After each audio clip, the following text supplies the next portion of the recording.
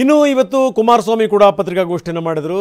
Left and right ತಗೊಂಡ್ರು ಮುಖ್ಯಮಂತ್ರಿಗಳಿಗೆ. ಹಿಂದೆ ಏನೇನು ಹೇಳಿದರು ಮುಖ್ಯಮಂತ್ರಿಗಳು ಅದೆಲ್ಲವನ್ನು ಕೂಡ ಉಲ್ಲೇಖಿಸಿ ಇವರು ಮಾತಾಡಿದರು.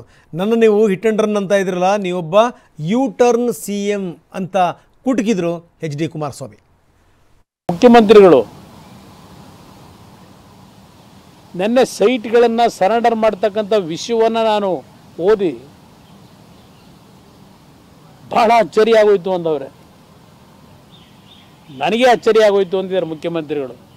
ಮುಖ್ಯಮಂತ್ರಿಗಳ ಗಮನಕ್ಕೆ ಬರದೆ ಅವರ ಧರ್ಮಪತ್ನಿಯವರು ಸೈಟ್ಗಳನ್ನು ಸರೆಂಡರ್ ಮಾಡ್ತಕ್ಕಂಥ ನಿರ್ಧಾರ ಮಾಡಿದ್ರ? ಎಷ್ಟರ ಮಟ್ಟಿಗೆ ಈ ಮುಖ್ಯಮಂತ್ರಿ ನನ್ನನ್ನು ಸುಳ್ಳುಗಾರ ಅಂತಾರೆ. ಇವರ ಒಂದೊಂದು ಹೇಳಿಕೆಗಳನ್ನು ನೋಡಿದ್ರೆ ಬಹುಶಃ ಸುಳ್ಳು ಎಲ್ಲಿ ಹುಟ್ಟಿದೆ ಅಂತಕ್ಕಂಥದ್ದನ್ನು ಯಾರು ಬೇಕಾದ್ರೂ ಅರ್ಥೈಸ್ಕೋಬೋದು. ಇನ್ನು ಮುಂದಕ್ಕೆ ನನ್ನನ್ನು ಅದೇ ಅಂಥದ್ದು ಹಿಟ್ ಆ್ಯಂಡ್ ರನ್ನು ಅಂತಾರೆ. ಕುಮಾರಸ್ವಾಮಿದು ಹಿಟ್ ಆ್ಯಂಡ್ ರನ್ ಅಂತಾರೆ ಹೇಳಿಕೆ.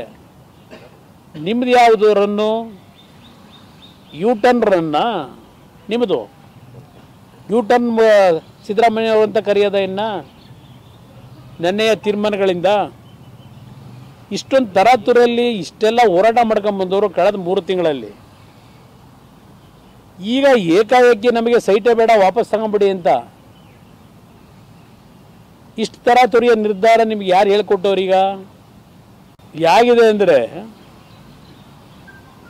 ಪಾಪ ಇಬ್ಬರು ಗಂಡ ಹೆಂಡತಿ ಇರ್ತಾರೆ. ಯಾವುದೋ ಒಂದು ಸಂಕಷ್ಟಕ್ಕೆ ಒಳಗಾಗಿ ಇಲ್ಲ ಏನೋ ಒಂದಾಗಿ ಗಂಡ ಎಲ್ಲೋ ಕಳ್ತನ ಮಾಡ್ಕೊಂಡು ಬಂದ್ಬಿಡ್ತಾನೆ, ಎಲ್ಲ ದೋಚ್ಕೊಂಡು ಪೊಲೀಸ್ನವ್ರಿಗೆ ಸಿಗಾಕೊಂಡ್ಬಿಡ್ತಾರೆ.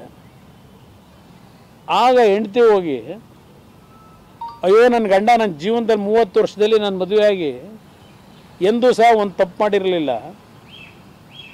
ಏನೋ ಒಂದು ಸಮಸ್ಯೆಗೋಸ್ಕರವಾಗಿ ಕಳ್ತನ ಮಾಡಿಬಿಟ್ಟವನೇ, ದಯವಿಟ್ಟು ಇದರಿಂದ ನಮ್ಮನ್ನು ಪಾರು ಮಾಡಿ ಅಂತ ಹೇಳಿ ಕೇಳಿದ ತಕ್ಷಣ ಬಿಟ್ಬಿಡ್ತೀರಾ ಕಳ್ಳನ್ನು? ಏನಾದರೂ ಬಿಡೋಕ್ಕೆ ಸಾಧ್ಯನಾ? ಬಿಡ್ತಾರ ಪೊಲೀಸ್ನವರು? ಇಲ್ಲ ಸರ್ಕಾರ ಬಿಡುತ್ತಾ? ಮಾಫಿ ಮಾಡ್ತೀರಾ? ಇಷ್ಟೆಲ್ಲ ಸರ್ಕಸ್ ಯಾತಿಗೆ ಬೇಕಿತ್ತು ಸಿದ್ದರಾಮಯ್ಯನವರೇ? ಇದೇ ಮೈಸೂರಿನಲ್ಲಿ ಪಾಪ ಏನೋ ಎಲೆಕ್ಷನ್ ಸಾಲ ಮಾಡಿ ಸಾಲ ತೀರ್ಸಕ್ಕೆ ಮಾರಾಟ ಮಾಡಿಬಿಟ್ರಂತಲ್ಲ ಒಂದು ಸೈಟ್. ನಮ್ಮ ಬೈ ಎಲೆಕ್ಷನ್ ಸಾಲ ಮಾಡೋಕ್ಕೆ, ಸಾಲ ತೀರ್ಸೋಕ್ಕೆ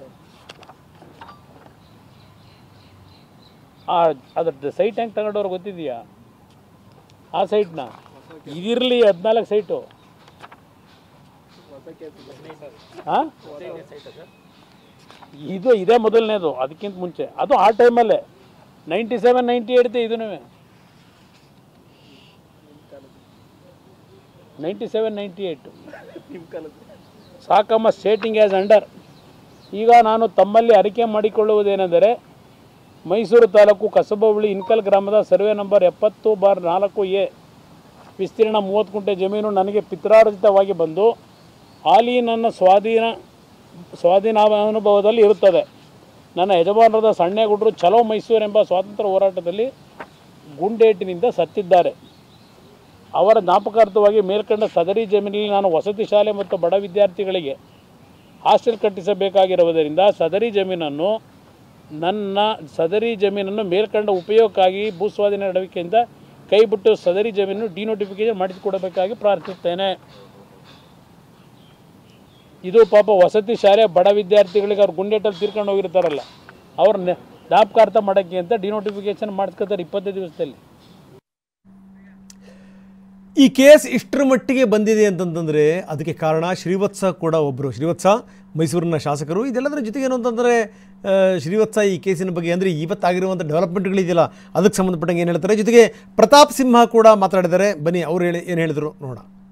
ಇವಾಗ ಇಡೀ ಕೇಸು ದಾಖಲಾದ ನಂತರ, prevention of money laundering act ಲಾಗೂ ಆದ ನಂತರ ಈಗ ಹಿಂದಿರುಗಿಸುವಂಥ ಕೆಲಸ ಮಾಡಿದ್ದಾರೆ. 2.5 ತಿಂಗಳ ಹಿಂದೆ ಕೊಟ್ಟಿದ್ದಿದ್ರೆ ಸಿದ್ದರಾಮಯ್ಯ ಸಾಹೇಬರೇ, ಇವತ್ತು ನೀವು ನಿಮ್ಮ ವಿರುದ್ಧ ಪ್ರಾಸಿಕ್ಯೂಷನ್ಗೆ ಅವಕಾಶವೂ ಆಗ್ತಿರಲಿಲ್ಲ. ಈಗ ಸೈಟಿಗೋಸ್ಕರ ನೀವು ಚೇರ್ನ ಕಳ್ಕೊಳ್ಳುವಂಥ ಪರಿಸ್ಥಿತಿನೂ ಬರ್ತಾ ಇರಲಿಲ್ಲ. ನೀವು ಸೂಕ್ತವಾದಂತಹ ಸಲಹೆಗಾರರನ್ನ ಜೊತೆಲಿ ಇಟ್ಕೊಳ್ಳೋದಲ್ಲೇ ಬರೀ ನಿಮಗೆ ಬಹುಪಾರಕ್ಕೆ ಹಾಕೊಳ್ಳೋರನ್ನ ಇಟ್ಕೊಂಡು ಹೋಗಿದ್ರಿಂದಾಗಿ ನಿಮಗಿಂಥ ಪರಿಸ್ಥಿತಿ ಬಂದಿದೆ. ಪ್ರತಿಯೊಂದು ಹೆಜ್ಜೆಲೂ ತಪ್ಪು ಮೇಲೆ ತಪ್ಪು ಮಾಡ್ತಾ ಇದ್ದಾರೆ. ಹಗರಣನೇ ಆಗಿಲ್ಲ ಅಂದರು ಹೆಲಿಕಾಪ್ಟ್ರಲ್ಲಿ ಮೈಸೂರಿಗೆ ಬಂದರು, ಹಗರಣ ಆಗಿಲ್ಲ ಅಂದರು ವೆಂಕಟಾಚಲಪತಿ ನೇತೃತ್ವದ ಕಮಿಟಿ ಮಾಡಿದ್ರು, ಹಗರಣ ಆಗಿಲ್ಲ ಅಂದರು ದೇಸಾಯಿ ಆಯೋಗ ರಚನೆ ಮಾಡಿದ್ರು, ಹಗರಣ ಆಗಿಲ್ಲ ಅಂತ ಹೇಳಿದ್ರು ವೃತ್ತಪತ್ರಿಕೆಯಲ್ಲಿ ಪತ್ರ ಬರೆದ್ರು. ಎರಡು ಎಡವಟ್ಟುಗಳು ಮಾಡ್ಕೋತಾ ಇರೋದು. ತಪ್ಪು ಮಾಡಿಬಿಟ್ಟು ಈಗ ತೊಗೊಂಬಿಡಿ ಕ್ರಯಪತ್ರ ರದ್ದು ಮಾಡಿಬಿಡಿ ಅಂದ್ರೆ ಮಾಡ್ಬಿಡೋಕ್ಕಾಗುತ್ತೆ ಆಯುಕ್ತರು. ಇದೆಲ್ಲವೂ ಅವ್ರಿಗೆಲ್ಲ ನೆನ್ನೆ ಅನಿಸಿದೆ. ನಾನು ತಪ್ಪು ಮಾಡಿದ್ದೀನಿ, ನಾನು ಹಿತಶತ್ರುಗಳ ಮಾತು ಕೇಳಿಬಿಟ್ಟಿದ್ದೀನಿ ಅಂತ ಅನಿಸಿದೆ. ಆ ಮುಖಾಂತರ ಮನೆಯವರು ಸರೆಂಡರ್ ಮಾಡಿರುವಂಥ ನಿರ್ಧಾರಕ್ಕೆ ಬಂದಿದ್ದಾರೆ. ಆದರೆ ಈಗ ಕಾಲ ಮಿಂಚಿದೆ, ಯಾವ ಕಾರಣಕ್ಕೂ ಸೈಟನ್ನು ರದ್ದು ಮಾಡೋಕ್ಕಾಗಲ್ಲ, ವಾಪಸ್ ಕೊಡೋ ಪ್ರಶ್ನೆನೇ ಬರೋಲ್ಲ ಅಂತ ನಾನಾದರೂ ಅಂದ್ಕೊಂಡಿದ್ದೀನಿ.